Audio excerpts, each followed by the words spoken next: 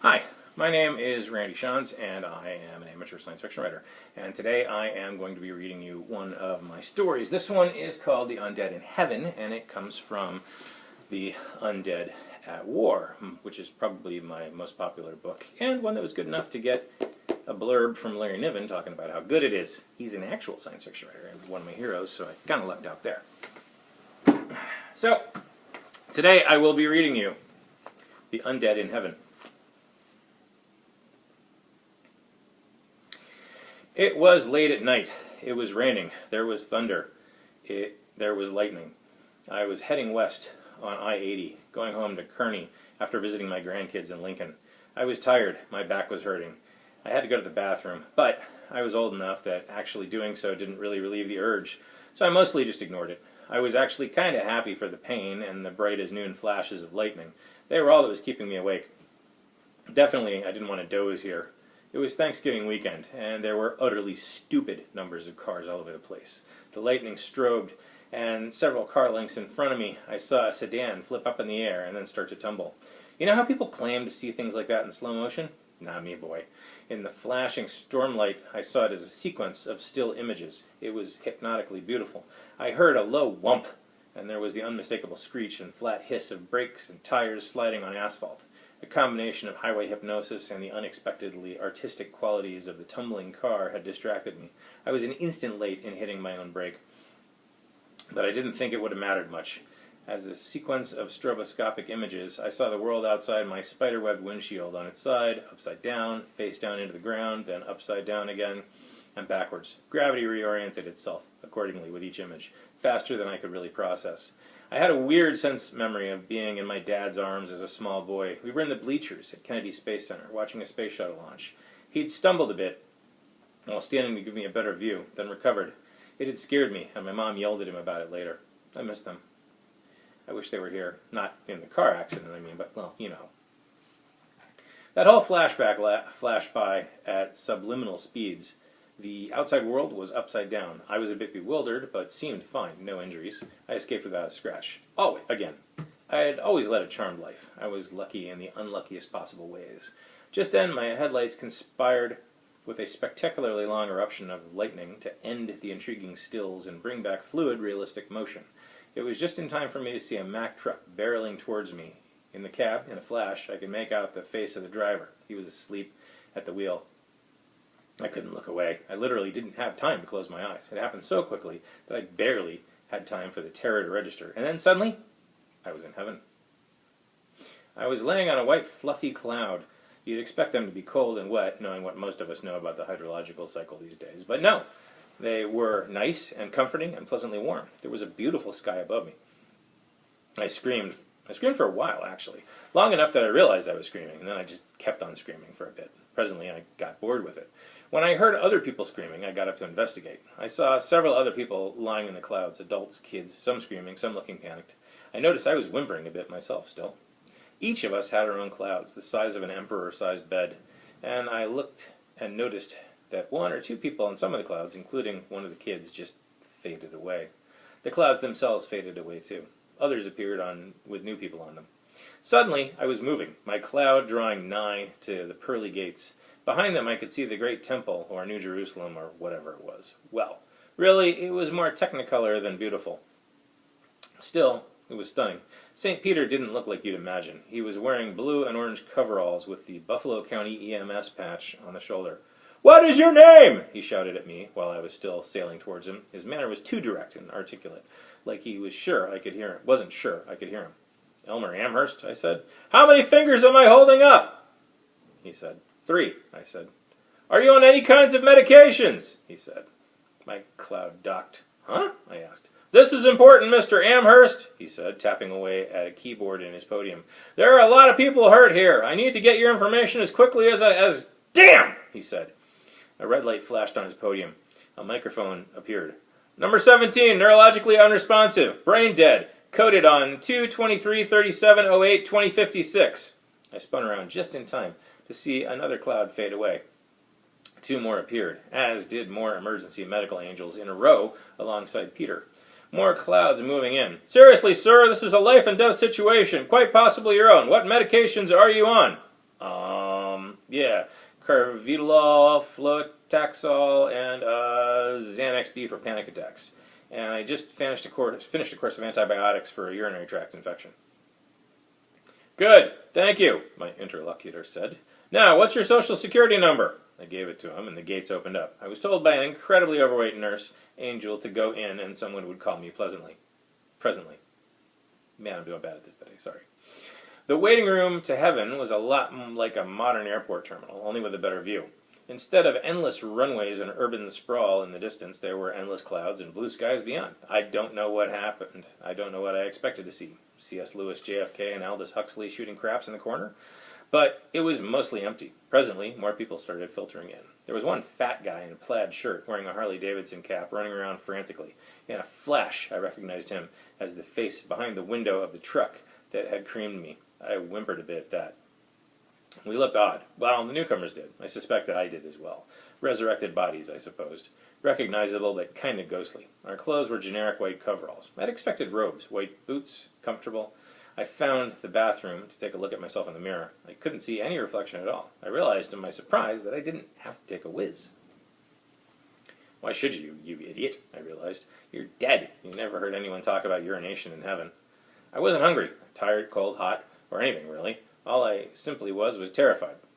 Don't let my after-the-fact recount belay that. I've done a lot in my life that I'm ashamed of, and a lot of it that I'm not ashamed of, but probably should be. I've lied, I've cheated, I've stole, I've slept around. I was really scared that I wasn't much of a churchgoer. I didn't really know what, if any kind of God or afterlife I believed in, though, of course, this experience was arguing strongly in favor of the Judeo-Christian Islamic one. But I was pretty certain that there was no way the judgment aspect of all this was going to go my way. Presently, a traditional-looking angel showed up. Hot chick, disproportionately conservative robes. Kind of disappointing, really. Wings hovering above the floor about 6 inches. The wings weren't flapping. I think they were simply for aesthetic reasons. I'd never realized it before, but they'd actually look pretty silly if they had been flapping. A number of people, including the sleepy fat guy who'd specifically killed me, went over to talk to her. I moved away. I found an unoccupied row of conjoined armchairs looking out the window and sat at them. I was terrified, and content to be terrified, for as long as it took for me to wake up from this crazy dream. I was in no rush to face my infernal future, if it wasn't a dream. The seats were every bit as hard and uncomfortable as the seats in airports always are. It suited my mood. In 3 or 4 days, odd, I seem to remember reading there were never any nights in heaven, but there were here, terror was giving way to boredom.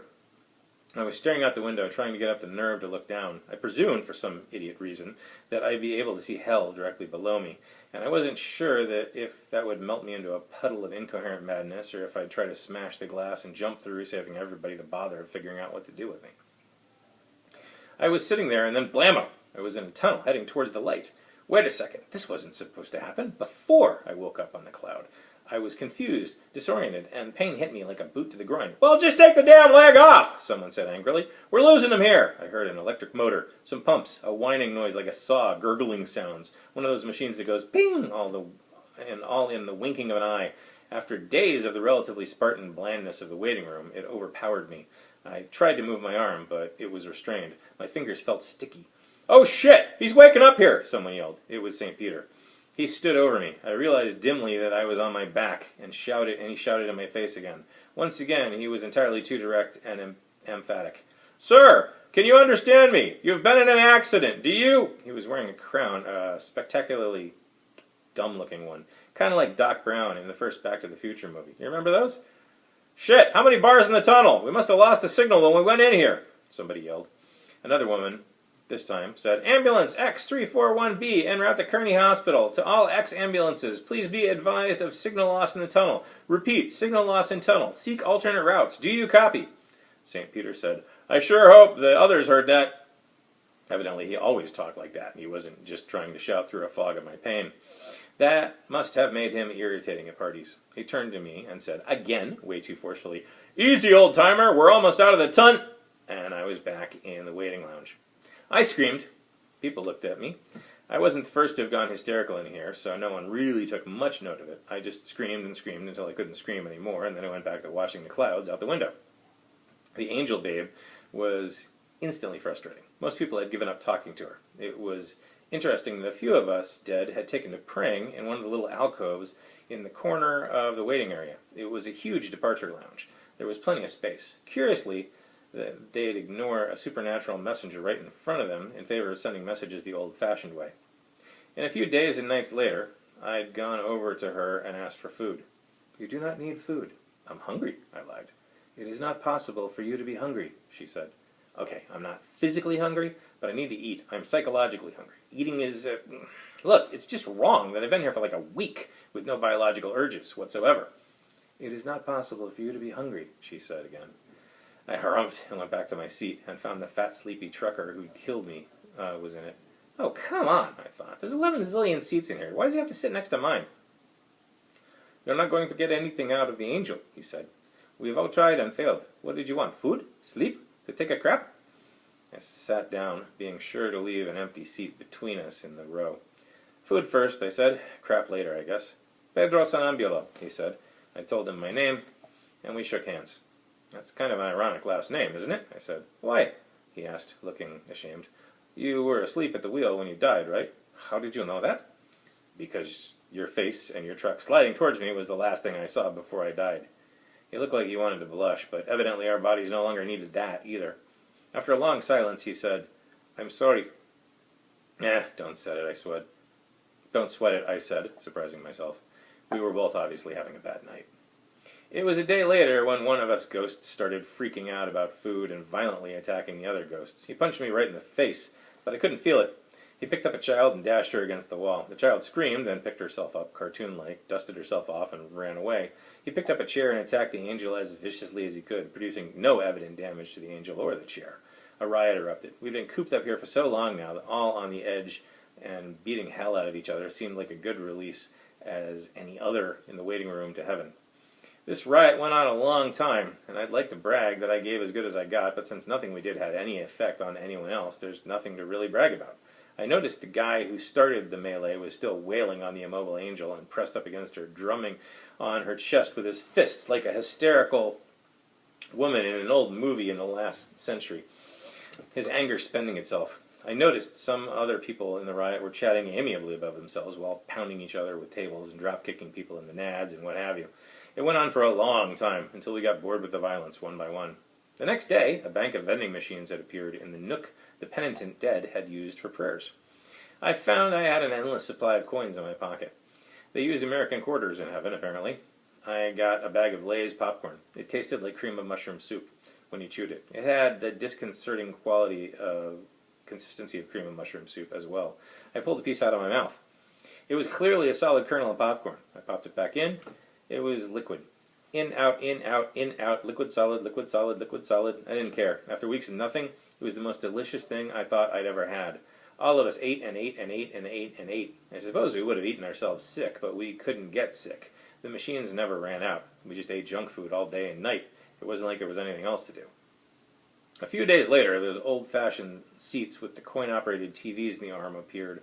All they showed were old Three Stooges shorts. Meh. I'd never found them funny, so I kept eating. But a lot of us spent a lot of time watching the tube. Pedro and I had become fast friends once we got past that whole vehicular homicide thing. We scouted out the airport terminal. He was uneasy with it. It reminded him of a short story he'd read called Lions and Lambs or some such nonsense. But eventually, it got to be fun. Well, the kind of fun that can drive you insane, I guess, but it's not like we had anything else to do. He and I headed off up the terminal. We walked for several hours and ended up coming back from the other direction, back where we'd started out from, without having turned or gone up or down. If we ducked down any of the doors in the wall, we ended up coming out some other hallway instantly. I mean, if you opened a door, some other door in the terminal would instantly open, and you'd see a view out that doorway. If you looked around as you were going in, sometimes, if you timed it just right, you could actually even see yourself coming out the other doorway as you went in. Trippy. Oh, the funniest part, just like any other terminal, it had those little covered walkways that dock with the planes. We went out on one of those and opened the door. I looked down. I'd managed to avoid doing so out the window thus far and saw nothing below, just endless sky and clouds. Pedro abruptly jumped. I shrieked and I called for help. A few people came. He disappeared from sight below us. We were frantic, trying to figure out what, if anything, would happen. Then we heard a scream, getting louder, like it was getting closer. And there was a huge bang from the ceiling of the docking collar dealie. And then a muffled voice saying, "Bien decepcionante." One of us clambered up out of the opening onto the top of the corridor outside, and a few moments later, both he and Pedro climbed back in. "How did you know that would work?" I asked him. "Didn't. Hoped it wouldn't," he said. "It got to be kind of fun, though. Numbers of us would jump off when we got bored, aim to miss the boarding corridor when we fell past it again, and then aim for it when we got bored with falling. It was a way to blow a couple of hours." Pedro said it reminded him disconcertedly of Lost, a TV show I'd never heard of, but apparently it took place on an island in a tiny universe. It reminded me of a similar quality in Land of the Lost, an obscure old TV show that he'd never heard of. We exchanged notes on both shows. All of us talked about TV a lot, especially, and a few days later both Lost and the other shows turned up as options on the TV chairs. Pedro was obsessed with sex. He talked about it constantly. None of us had any kind of sex drive anymore. Why would we? But he would not shut up about it. Movies he'd watched, things he'd done, things he wanted to do but never had the right combination of pulleys, electrical equipment, health monitors, scuba equipment, circus clowns, supermodels, barnyard animals, and TV cameras to pull it off. I'm exaggerating a bit. No barnyard animals. Though he did have a thing for clowns. I'm assuming it was a psychological addiction. It didn't bother me too much, since it was easy to distract him with talk of some old TV show or another. Me. "What about Star Trek?" Him. "Star Trek is for gays, man." There was a woman, kind of like him, and it was only a matter of time before they tried to get it on. In heaven, with the angel at the ticket counter. Ridiculous. Predictably, it didn't get far. Our clothes didn't come off. I suspected this was because there probably wasn't anything beneath them. The two of them kept trying to undress, however, and finally Pedro freaked out and started trying to hack off his own foot with the metal edge of one of the tables. He went increasingly manic, and then he just disappeared. No poof, just gone. More angels came, stern men in business suits with wings. They would ask one or another of us to go with them. None of the people who left ever came back. My terror replaced my post-mortem boredom, which would have been a great band name had I thought of it in my youth, and had I ever had a band. I took to jumping to my death several times a day to calm down. There were also a few more painless riots, and one falling riot where a bunch of us fell off the walkway in a brawl. That was kind of fun. Presently the angels came for me. "No," I said, and I tried to get away. One of them touched me, and suddenly I was in a different place, a wood-paneled room with the exact view out the windows as the lounge had. A perfectly normal-looking woman was seated at the desk. She pushed a button, and the angel said, "By your leave," and disappeared. "Please have a seat, Mr. Amherst," she said. "No, thanks, I'd rather stand," I said. "You're going to want to sit down for this," she said. "I doubt it. I'm dead." "I'm off to hell," I said. "No," she said. "You're in the county hospital in Kearney, Nebraska." "Maybe I will have that drink," I said, absently, and sat down. "You were involved in a very bad car accident." "Yeah, I know that." "And for the last 84 hours, you've been in an experimental virtual simulation as part of a project run jointly by the Universities of Nebraska and Kentucky." 84 hours? About 3.5 days? Where was I before that? I asked. The woman seemed confused. I rephrased. "Where was I prior to getting hooked up to this machine thing of yours?" "At your son's house for Thanksgiving, I believe." No. We've been here for nearly a month." "No," she corrected. "You've been here for less than 4 days. The simulation runs faster than real time.